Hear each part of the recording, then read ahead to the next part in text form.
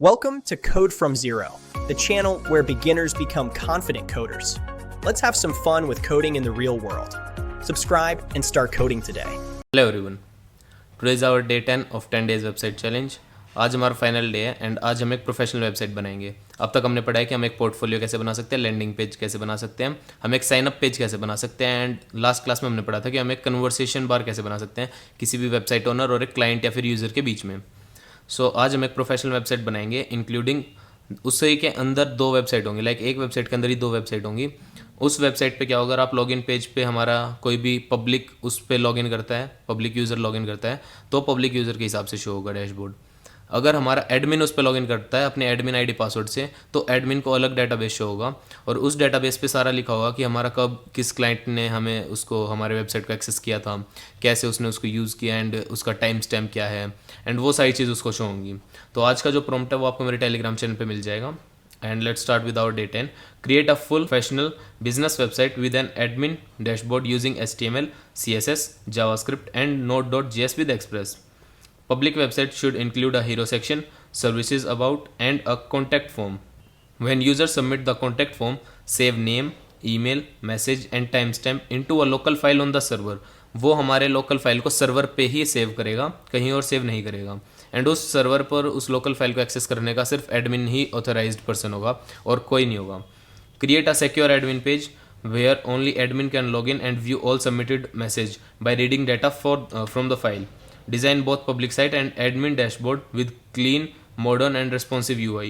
Add form validation, success or error message and smooth animation. Organize code clearly with public folder, server.js and data file. Keep everything beginner friendly and production like. And आज हमारी class का सबसे main important चीज़ है, आज हम cursor को use नहीं कर रहे हैं. कर्सर को यूज़ ना करके आज मैं आपको एक नया AI बता रहा हूँ. बाई चांस मेरे को बहुत सारी रिक्वेस्ट आई कि अगर हमारा कर्सर पे हमारे एजेंट्स का जितना भी हमारा इनपुट होता है वो ख़त्म हो जाता है तो हम क्या करें, हम पेड भी नहीं ले सकते. तो उसके लिए आपका एक रिप्लेसमेंट है ट्राया नाम का एक वेबसाइट या ट्राया नाम का आपका ऐप जिसका TRAE है. एंड ये भी सेम हमारे कर्सर की तरह ही है. इस पर क्या होता है, हम उसको इनपुट देते हैं एंड वो हमारे अकॉर्डिंग एक वेबसाइट या हमारे कोई भी सॉफ्टवेयर ऐप या कुछ भी आपको फ्रंट एंड बैक एंड सब कुछ बना के देता है. तो ये जो ट्राई होता है इसके ऊपर हमने इसको डाला है.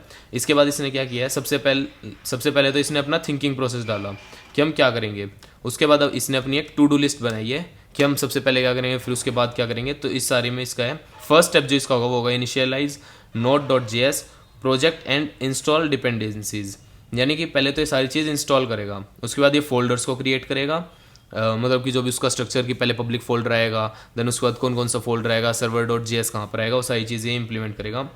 उसके बाद API को ये एंटर करेगा कि APIs कौन कौन सी API कहाँ पर होंगी. फिर ये क्या करेगा, एक पब्लिक /index.html यानी कि पब्लिक नाम के फोल्डर के अंदर एक HTML फाइल बनाएगा इंडेक्स के नाम से, जो इंक्लूड करेगा हमारा hero section, server section, services section, about section and contact section. Then public /CSS/style.css यानी कि पब्लिक के अंदर CSS नाम का एक फोल्डर और बनाएगा, उसके अंदर स्टाइल्स के बारे में डालेगा ये सारा. देन इम्प्लीमेंट करेगा वो सारी चीज़ें main.js में. देन ये एडमिन डैशबोर्ड बनाएगा एंड लास्ट में वो क्या करेगा, वेरीफाई एप्लीकेशन फंक्शनैलिटीज़. इसको इसने हमें बोला कि हमें सबसे पहले तो ये सारी चीज़ डाउनलोड करनी है. देन मैं इसको रन के ऊपर क्लिक कर देता हूँ तो ये अपने आप उसको डाउनलोड करने लग जाता है. Subscribe my channel and press the bell icon for more updates and regular videos for coding and Python. Thank you so much. अगर कोई भी एरर शो करता है, ये जैसे अभी इसने एरर शो कर दिया तो ये खुद ही इस एरर को हटा के उसकी जगह कोई और कमांड रन करता है. जैसे कि अभी तो इसने एरर शो कर दिया तो ये नहीं कर रहा, अब मैं इसने कुछ और कमांड डाली उसकी जगह. अब वो कमांड पूरी कंप्लीट हो चुकी है एंड उसने वो सारी चीज़ कर भी दी. अब ये क्या कर रहा है, सबसे पहले इसने हमारा JSON फाइल्स बनाई है एंड Node_modules के अंदर इसने डाल दिया. Node_module यानी कि हमारे नोड फोल्डर है, इसके अंदर इसने सारी फाइल्स डाल दी. अब ये DIR बनाने के लिए हमें बोल रहे हैं, यानी कि डायरेक्टरीज बनाने के लिए बोल रहे हैं. MKDIR यानी कि मतलब कि make directories, public data, public/CSS, public/JS and ये सारी इसने सारी डायरेक्टरीज बना दी. एंड उसके बाद नेक्स्ट स्टेप है इसका इम्प्लीमेंटिंग server.js. एंड जैसे अब हम इसके ऊपर क्लिक ऑल करते हैं, ये मैसेजेस इसने एम्प्टी छोड़ा है क्योंकि अब तक कोई भी हमारा मैसेज नहीं आया, यानी कि किसी ने भी कॉन्टैक्ट को फिल नहीं किया, इसलिए इसने एम्प्टी छोड़ा है. एंड नेक्स्ट अभी ये सारे फाइल्स हमारी बना देगा. अब इसने हमारी HTML फाइल भी बना दी index.html. अगर हम अब इसको एक्सेस करके देखते हैं index.html को, तो पब्लिक एंड हमारी वेबसाइट कुछ ऐसी दिखेगी। ये हमारी वेबसाइट का जो है मेन इंटरफेस होगा। एंड अब इसके अंदर ये वो डालेगा CSS, यानी कि जितनी भी इसकी स्क्रिप्टिंग होगी कि इसमें हमारा बटन्स कहाँ कहाँ पर होंगे, कैसे इसका बैकग्राउंड वगैरह होगा, वो सारा हमारा होगा CSS के अंदर। एंड CSS के अंदर स्टाइल्स इसने ये भी बना दिया है। एंड अगर हम इस वेबसाइट को रीलोड करते हैं तो ये देखो इसने हमारा एक बिल्कुल प्रोफेशनल वेबसाइट बना दी है। एंड इसने इसका नाम रखा है बिज pro. And home services about contact admin, admin के लिए एक अलग से कॉलम है इसी वेबसाइट के अंदर। जैसे मैं इसके ऊपर क्लिक करता हूँ, अभी तो इसने कुछ बनाया नहीं है, देन ये मेरे को ID पासवर्ड देगा एडमिन के लिए, जो एक्सेस करेगा डायरेक्ट इसका लोकल डेटाबेस। एंड ये सारी इसकी पूरी वेबसाइट है। अगर मैं यहाँ पर कोई भी डालता हूँ, वो डायरेक्ट ही सेंड मैसेज के ऊपर क्लिक करते ही मेरा जो मैसेज फाइल्स थी एम्प्टी फाइल, उसके अंदर चला जाएगा। अब इसने एडमिन का कॉलम भी बना दिया था। अब हम एडमिन के ऊपर क्लिक करके देखते हैं, ये इसने दिखा दिया एडमिन लॉगिन पेज। या तो हम बैक टू वेबसाइट कर सकते हैं, फिर इसमें लॉगिन करके अपना जितना भी किसी ने भी इनपुट डाला हम वो भी देख सकते हैं। अभी तो किसी ने इनपुट डाला नहीं है, तो अभी हम देखेंगे। एंड नोड server.js को रन करने के लिए बोल रहा है, तो अब हम इसको रन कर देते हैं। एंड इसकी फंक्शनैलिटी चेक होगी। अब फाइनली हमारी जो पूरी वेबसाइट थी वो बनके तैयार हो चुकी है। एंड हमारे लोकल डेटाबेस पे रन भी कर रही है।